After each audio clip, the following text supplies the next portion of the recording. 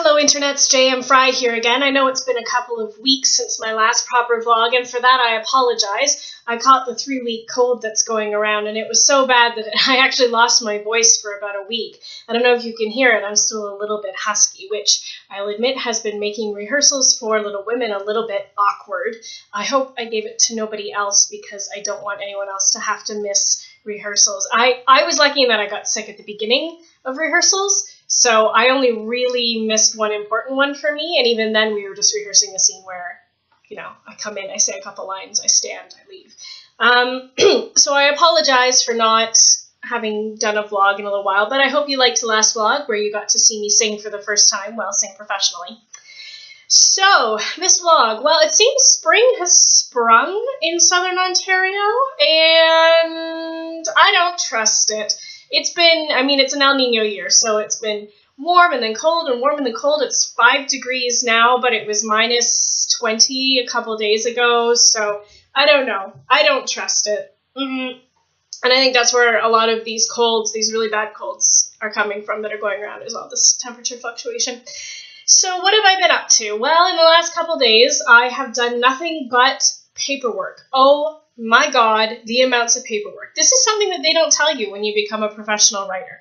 They don't tell you that to get your public lending rights checked, you have to do an hour and a half, 3 hours of paperwork to document all your books and send them in, or keeping track of spending, or, oh my God, I was doing my taxes paperwork and just trying to track all my expenses. I'm very good about it. I keep a folder with everything labeled according to what the government wants things organized as, and I have all my receipts in there, but at the end of the year you have to pull the receipts out and add them up, and I have a spreadsheet, and so mostly I've been doing nothing but paperwork in February. I haven't been creative at all, which might be a surprise to those of you who heard me say and remember me saying that I was going to start writing The Silenced Tale. So here's the story with that. I know how the book is going to end, but I'm really having trouble with how it's going to start. And part of that is because I was writing The Wondrous Woes of the Writer, which is the novella that goes between The Forgotten Tale and The Silenced Tale. And I was doing that in November, and then I had to stop for Christmas, and because, the Untold Tale launched, and I had all that stuff to do, and then there was all of the events in January, and sort of at the beginning of this month, I was like, okay, I'm going to finish the last, 5,000 or 6,000 words for the Wondrous Woes of the Writer, and then I, know where I'm starting for The Silenced Tale, and the more I wrote of The Wondrous Woes of the Writer, the more I realized that this wasn't a short story. I mean, it is a short story. It's a novella. It's probably, the span of story that I want to tell, the amount of story is probably closer to 30,000 words than the 20,000 I was aiming for with this novella. And I started thinking that maybe this story is too important to just put in a novella. See, the thing is, not everybody will read the ancillary pieces. So for The Untold Tale, I have 3 novels, 2 novellas, a prequel comic, and 3 follow-up short stories.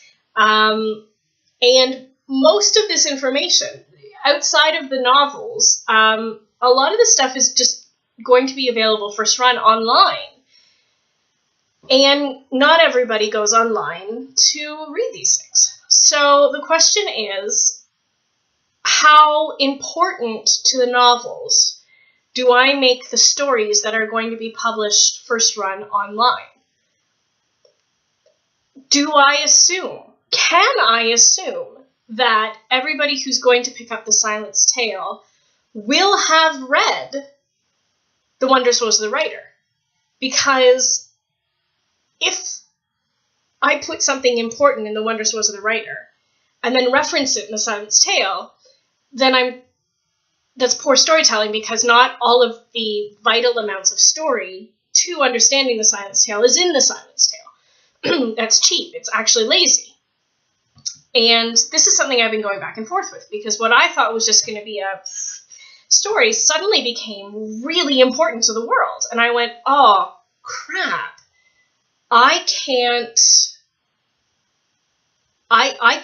have this part of the story be a fluff piece. It has to be in the book. And when I thought that a couple weeks ago, I was like, oh my God, well, that's fantastic. Now I suddenly have 25K of words that are the beginning of the Silenced Tale. And I will do something else for The Wondrous Woes of the Writer. And this solves some problems for me because with The Untold Tale, I had one narrator. With The Forgotten Tale, there are two narrators. That's not a spoiler. And for The Silenced Tale, I wanted to have three narrators. You know, book 1, 1, book 2, 2, book 3, 3. But one of the problems I've been having with trying to figure out the structure for book 3 is which 3 narrators do I want? Obviously, it's going to be Forsyth, because he was the narrator in book 1 and 2. He has to remain a narrator in book 3. And I love his voice too much to give it up. I love writing as Forsyth way too much to give up his voice.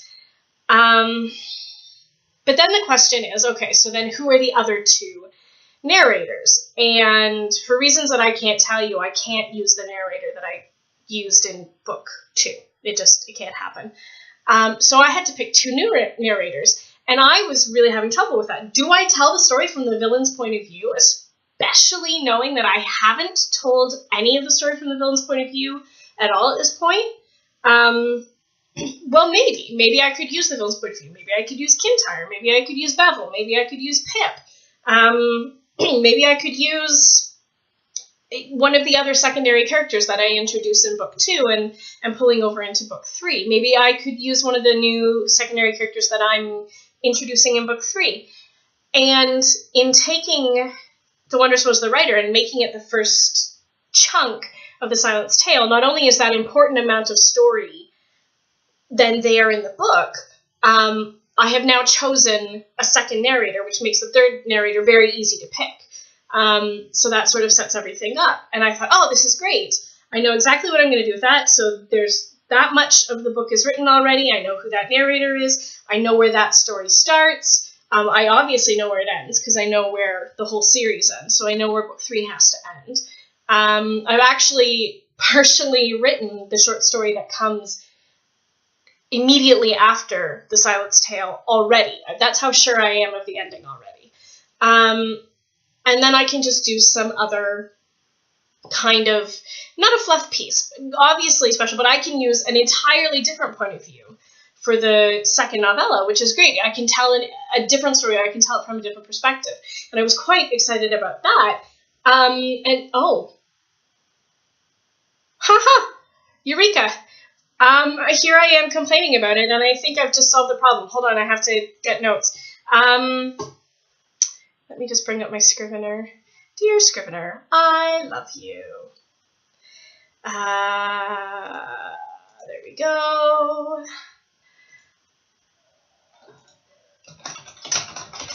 Okay, well, see, and here's the thing, is I might not actually have solved the problem just now, but talking it through does help. The problem still stands, however, if what I just thought about, whether what I just thought about works or not, something I'll work through while I'm cleaning today, because, you know, chores, it still stands that the action that takes place in The Wondrous Woes of the Writer, which is now the beginning of the Silenced Tale, happens months and months and months before what would be the beginning of the story for the other 2 narrators. So then the question is, well, do I spend the whole first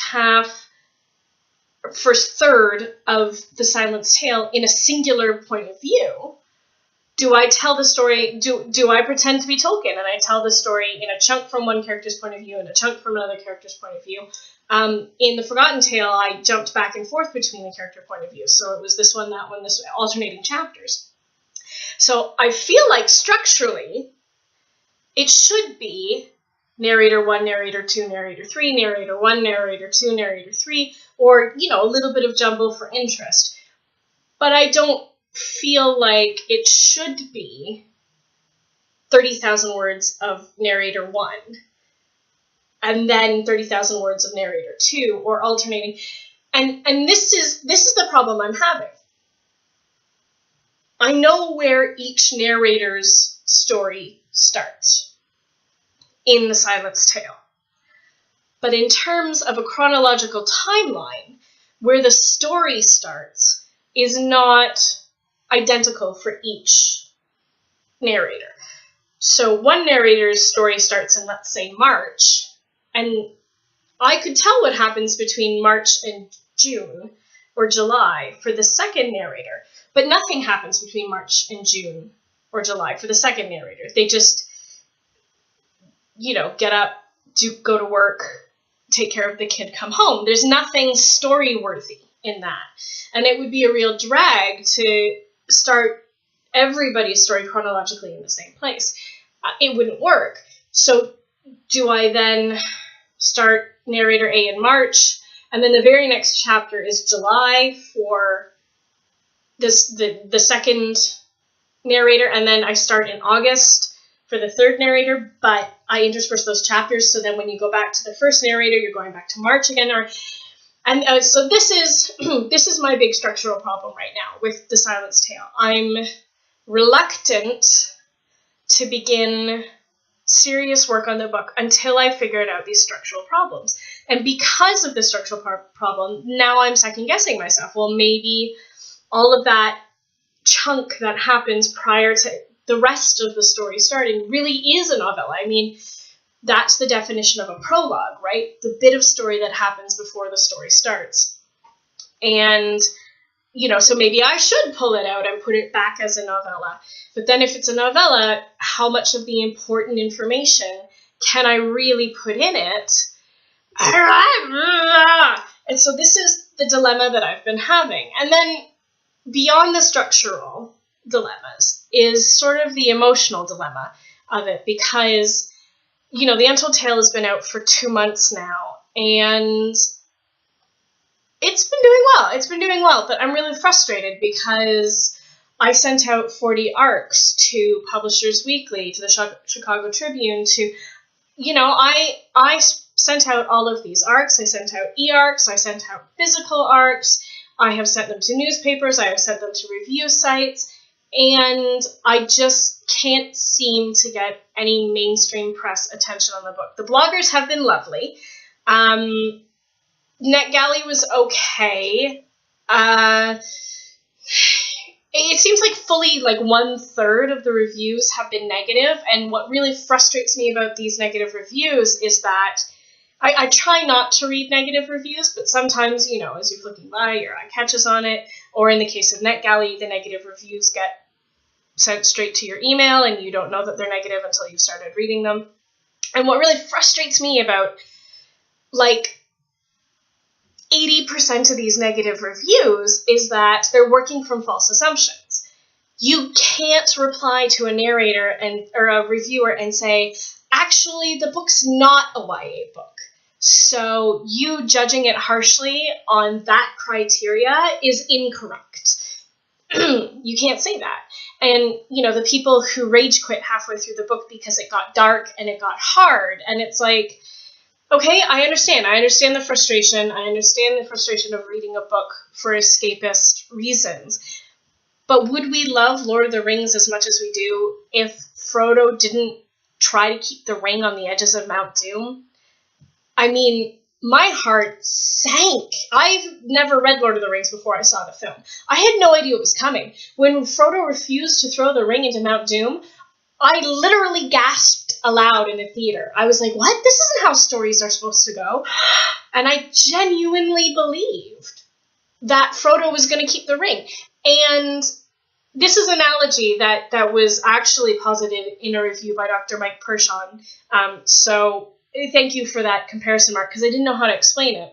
The dark part of my book, there's a moment where they're standing on the edge of the volcano, and dark things happen, and horrible things happen. And that's one of the points of the book, is that not everything is actually a fairy tale. And it really frustrates me when reviewers said, well, I rage quit halfway through because I was angry with all the dark, terrible things that were happening, so I'm just going to give it 1 star. And you're like, there's nothing I can say to that, and there's nothing I can do about that except say, please finish the book. So I've been very concerned about The Untold Tale because, yeah, like a third of the reviews are negative because it's not an easy book. I didn't write an easy book, and I know I didn't write an easy book. And I'm all right with that. I'm all right with the reviews being 1/3 negative. I mean, that's the business, right? It's not anything you can control. But it does emotionally affect you, especially when you're sitting down to write the second book of the series. So, you know, I needed a lot of reassurance. When I finished the second book, I gave it to my mom and I gave it to my beta readers. I gave it to my agent and I said, is it good enough? Because the other thing is, you know, The Untold Tale, I wrote it 3 years ago and I had 3 years or 4 years, I think it was, to edit it and polish it and change my mind and tweak things and move this chapter here and clarify this and change that and, you know, talk to people and get feedback and get information. And the second book, timelines are so tight when you're publishing a trilogy that I literally came up with the idea, wrote it, sent it to beta readers, got it back, edited it, sent it to my second round of beta readers. And I did all that in 9 months. So I'm not as comfortable with the book. I don't remember it as well. I'm not as certain. I haven't had a chance to polish it. I haven't had the chance to reread it 100 times. So with all of that, and with the concern about not wanting to make a mushy middle book, or a book whose only reason for existing is to get you to the third book, I really wanted to write a book that was good in and of itself. And then all the concerns with The Untold Tale not getting any critical attention and the negative reviews, I was having a real crisis of confidence. You know, I was really feeling the imposter syndrome set in. And I think the thing I asked people most was, is it as good as book one? And I think I asked that question to everybody who read it, probably more than once. They're probably ready to smack me now. Is it as good as book one? Nicely, everyone said it's better. So I don't know if they said it was better because I was on the verge of freaking out or because they really believe that. But, you know, there's my imposter syndrome again.